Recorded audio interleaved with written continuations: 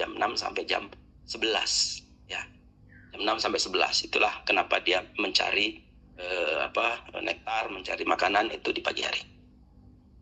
Itu saya kira komunikasi yang luar biasa yang tidak dimiliki oleh makhluk hidup yang lain. Kemudian ini yang menjadi inti pembicaraan kita.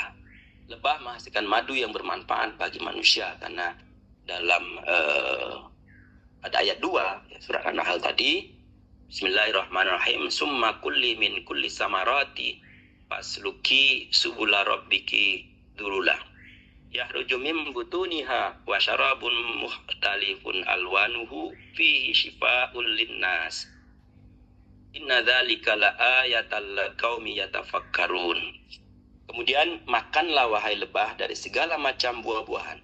Ini masuk buah-buahan itu adalah tanaman yang berbuah. Tanam berbuah pasti akan menghasilkan bunga. Ya. Lalu tempuhlah jalan-jalan Tuhanmu yang telah dimudahkan bagimu. Dari perutnya itu keluarlah minuman madu yang beraneka warnanya. Di dalamnya terdapat obat bagi manusia. Sesungguhnya pada yang demikian itu benar-benar terdapat tanda kebesaran Allah bagi kaum yang berpikir. Nah, jadi keluar madu yang beraneka warnanya, luar biasa. Warna-warna ini sudah diteliti luar biasa oleh para peneliti yang notabene sebagian besar yang bukan Islam, yang tidak diamanahkan untuk membaca ini, gitu ya. Dan warna-warna itu adalah tergantung dari bunga yang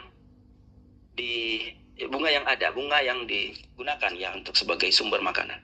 Ya. Dan luar biasanya lagi adalah untuk memproduksi 0,5 liter sebetulnya madu, lebah harus mengunjungi sekitar 4 juta kuntum bunga. Ya, luar biasa. Jadi 4 juta itu menghasilkan 0,5 madu ya, sehingga kalau 0,5 liter madu, sehingga kalau kita akan budidayakan lebah madu, maka terutama yang trigona, maka sumber bunga harus betul-betul melimpah. Ada tanaman tertentu misalnya air mata pengantin itu yang sumber bunganya melimpah setiap hari, karena untuk 0,5 liter saja dia membutuhkan 4 juta kuntum bunga. Nah, ternyata ini penelitiannya mahasiswanya Profika adalah warna-warna tadi sangat tergantung dari tanamannya. Ini adalah contoh mensirat, ini agak kuning, gitu, orange. Bunga mangga itu hitam. Melastoma itu agak ke coklat gitu ya. Bakau, samak, dan lain sebagainya, ini menunjukkan warna ya. Dan saya kira juga rasa, aroma. Jadi rasa saya kira ya. Jadi ada yang manis. Kalau trigona itu ada yang manis asam, ada yang asam manis, dominan asam, ada dominan manis, agak rada pahit, pahit sekali, gitu, macam-macam ya, tergantung dari bunga yang ada di sekeliling itu. Kalau bunga air mata pengantin itu manis asam ya. Dan lebah mengolahnya ini luar biasa, mengolah madunya ya. Yang tadinya nektar, kemudian diletakkan di perutnya, kemudian ketika sudah penuh dia akan pulang kandang, kemudian dia akan berbagi kerja dengan lebah-lebah lain untuk mengurangi kadar air dari madu tersebut. Ya, jadi dari mulut ke mulut diurangkan sampai kadar air maksimum sudah sesuai, lalu lebah terakhir yang mendapatkan amanah itu dia akan menyimpan madunya di kotak madu, simpan di situ sampai penuh, kemudian baru ditutup, disilam biar dia tidak terganggu. Ya, jadi kalau kita ingin mempanen madu dari kotak itu, usahakan tidak merusak kotaknya. Tidak boleh membuka kotaknya, ya, tapi jangan dirusak agar kotaknya bisa dipakai lagi. Nah, ini penelitiannya Profika kembali bahwa sebagai obat-obat herbal, senyawa fitokimia di dalam madu itu luar biasa. Ada alkaloid, flavonoid, fenol, polifenol, fenol glikosida, terpenoid, organik asid, ya, fatty acid, organo-oksigen kompon, organoheksa heterosiklik kompon, karbohidrat, dan lain sebagainya, sehingga fungsinya macam-macam. Ya, baik itu lebah apis dorsata maupun stingless bee honey, lebah tanpa sengat. Untuk antioksidan, anti-inflamatori, antimikrobial, antibakterial, antifungal, antiviral, antiproliferatif, dan aktivitas lain ya, neuroprotektif ya, anti diabetes, skin anti-aging, anti-brightening, anti-osteoporosis, anti-plasmodial, hepatoprotective, ya. Nah, ini Ibu Dokter Izu barangkali yang tahu ya apa aja ini perannya. Dan dalam hadis Nabi ini disebutkan bahwa seorang datang kepada Rasul seraya berkata, sesungguhnya saudaraku perutnya mulas. Maka Rasul bersabda, minumkan kepadanya madu. Kemudian orang itu memberinya madu. Kemudian orang itu datang lagi kepada Rasul seraya berkata, ya Rasulullah, saya telah memberinya madu, tetapi perutnya bertambah mulas. Rasulullah bersabda, pergilah dan minumkan lagi kepadanya madu. Maka orang itu pergi dan memberinya lagi madu. Kemudian orang itu datang lagi kepada Rasulullah seraya berkata, ya Rasulullah, perutnya justru tambah mulas. Kemudian Rasulullah bersabda, Allah benar dan perut saudaramu berdusta. Pergilah dan beri lagi saudaramu itu madu. Lalu orang itu pergi dan memberinya lagi madu. Kemudian ia pun sembuh. Nah, Rasul menyatakan bahwa ini ada firman di ayat 69 bahwa dia menyembuhkan. Jadi Allah pasti benar. Dan kita harus yakini itu. Ya.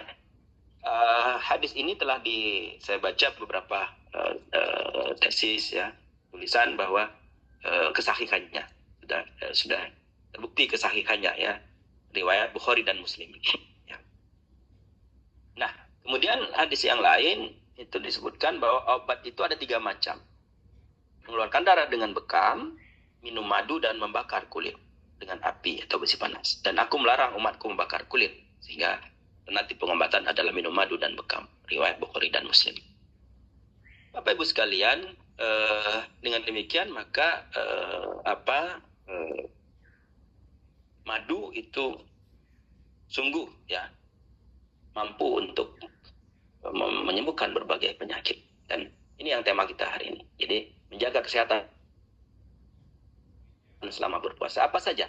Ternyata madu menjaga stamina selama berpuasa. Ini madu tersusun atas beberapa senyawa gula, fruktosa ya utamanya, glukosa dan fruktosa, serta sejumlah mineral lain, natrium, magnesium, kalsium, zat besi, dan fosfat, serta tadi yang saya sebutkan tadi, antioksidan, ya. Sehingga madu sumber energi, sumber vitamin dan mineral yang dapat menambah stamina. Madu yang banyak mengandung senyawa gulanya ada glukosa dan fruktosa, mampu menyediakan kalori yang diperlukan oleh tubuh selama berpuasa. Ini ada penelitian Prastowo et al. Tahun 2020, ya, menunjukkan bahwa madu apis mellifera, apis cerana, trigona itu dapat memberikan efek anti lelah. Madu apis cerana menunjukkan hasil lebih baik dari 2 lainnya, tapi trigona juga oke. Ya. Saya sudah membuktikannya.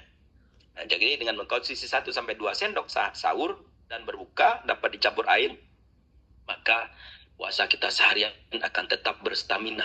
Ya, saya biasanya setiap sahur minum 2-3 sendok, malah kalau sedang agak lemas itu 2 sendok. Dan itu karena madu juga ada vitamin B-nya, ya, di situ.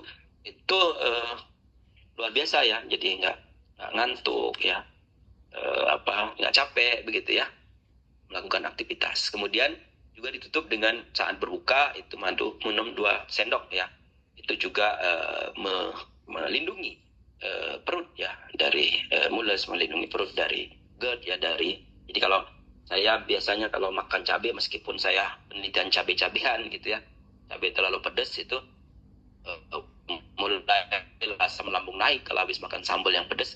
Itu dengan madu dalam waktu singkat 2-3 jam, ya, biasanya itu langsung reda mulesnya, langsung tidak saja. Sehingga setiap pagi itu saya minum madu itu untuk asam lambungnya.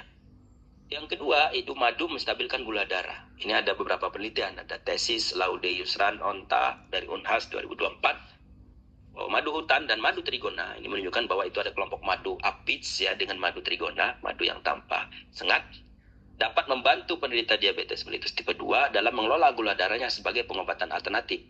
Namun harus dikonsumsi secara kontinu dan teratur, gitu, ya. Kontinu dan teratur. Ini penelitian tesis.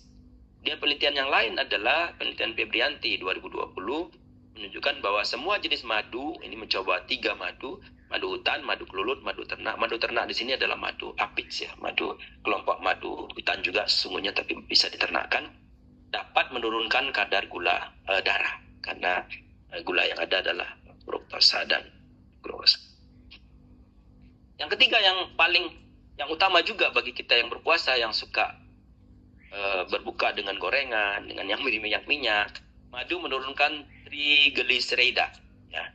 Jadi peningkatan kadar trigliserida ini akan memacu penebalan dinding pembuluh darah sehingga beresiko ya untuk stroke, serangan jantung dan penyakit jantung. Jadi biasanya kalau kita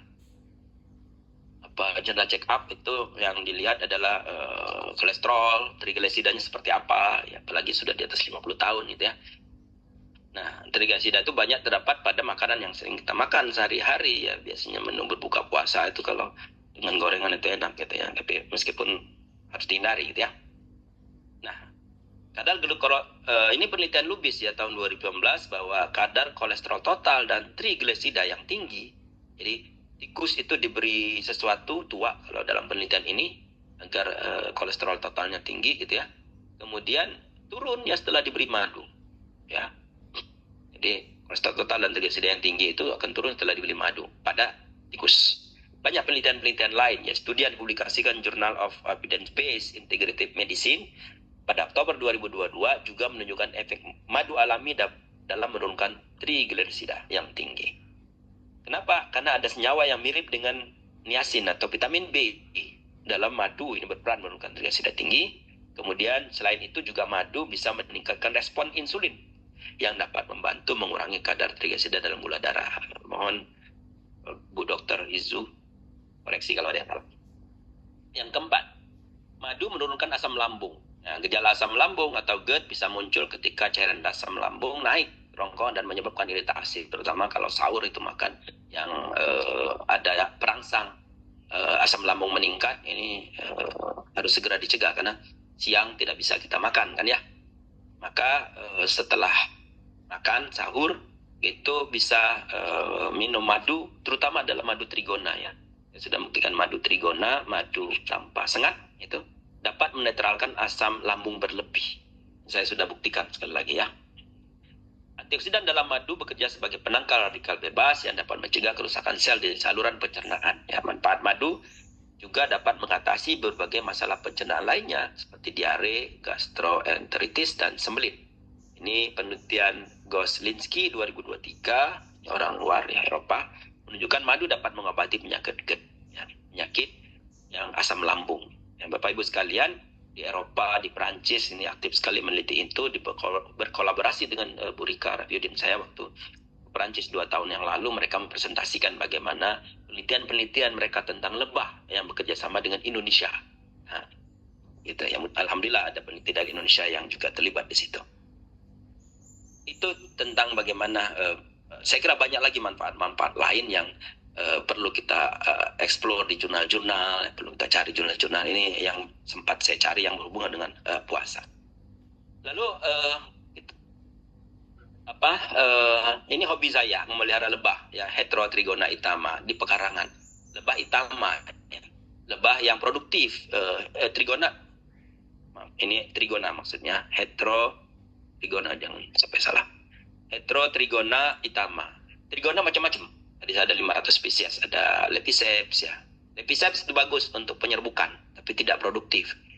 Trigona itama ini ukurannya besar ya, lebih besar daripada Lepiceps ya. Letakkan saja, ini adalah gambar di rumah saya. Saya juga memelihara air mata pengantin. Nah, air mata pengantin ya. Air matanya aja indah kalau pengantin itu ya. Ini merah itu, ada yang putih, ada yang pink. Katanya yang putih lebih produktif. Saya juga punya yang putih ya. Dia berpunya sepanjang tahun, setiap hari ya. Kalau Bapak Ibu sempat mampir ke rumah saya, bisa diamati jam 6 sampai jam 11 itu kinerja lebah luar biasa. Nanti jam 12 ke atas itu mereka masuk semua kandang. Bisa kita amati bagaimana kinerja mereka, belajar sambil duduk, yang mengamati sambil panen. Nah, jadi air mata pengantin tanam dulu ya, bisa sebagai tanaman hias di pagar, di mana gitu ya. Air mata pengantin yang paling cocok karena dia mampu adaptasi, tanamannya bagus, kemudian mudah tumbuh, bahkan harus dipelihara ya, kalau enggak ini menguasai tempat ya, yang tanaman-tanaman lain bisa habis ya. Kemudian juga yang penting adalah ada ribuan bahkan jutaan bunga yang keluar ya. Cocok. Nah, panen setiap bulan. Wah ini panen setiap bulan ya. Saya punya 19 log ada di lantai 2, lantai 1 rumah. Gampang kan, taruh aja di lantai 2. Panennya tetap menggunakan pengamannya kalau saya. Kenapa? Dia tidak menyengat memang, tapi kadang-kadang masuk telinga gitu, nyusup-nyusup. Kemudian juga sayang ya, kalau dia hinggap di kepala itu lengket di rambut bisa mati. Sehingga sebetulnya saya menggunakan ini yang sebelah kiri kan, saya lagi panen menggunakan itu ya. Lalu ada yang paling produktif itu di satu kandang tadi yang saya ini tadi. Nah, yang ada plastiknya sebelah kiri yang banyak itu 0,7 liter, sangat produktif. Ya rata-rata sekarang harga jualnya ada yang sampai 700.000 per liter per kilo. Ya 400.000 maaf, ini 400.000 per liter. Ya. Nah gitu. Jadi sekali panen saya dapat cuma 9 log, sebetulnya ada 3 kilo setengah ya, 3 liter setengah gitu. Jadi banyak yang pesan, jadi sekali panen langsung pesan habis gitu ya. Jadi saya harus pesan lagi di tempat yang saya pesan dari Bangka Belitung. Kenapa saya pesan sana? Bapak sekalian, kalau kita beli madu trigona, madu tanpa sengat di online, itu banyak sekali yang palsu. Saya sudah berapa kali beli yang palsu, yang saya tahu rasa madunya ketika kita beli palsu. Maka saya pesan di Bangka Belitung itu yang mendapatkan indikasi geografis. Kebetulan saya selama 5 tahun satu periode menjadi tim ahli indikasi geografis. Jadi saya dapatkan infonya bahwa ada kelompok peternak lebah trigona yang mendapatkan indikasi geografis. Indikasi geografis adalah perlindungan terhadap produk lokal. Ya, dia mendapatkan sertifikat dari Kementerian Hukum dan HAM sehingga tidak mungkin palsu. Jadi kalau Bapak Ibu akan membeli madu segala macam, bagus kalau yang mendapatkan sertifikat dari pemerintah agar tidak palsu. Demikian saya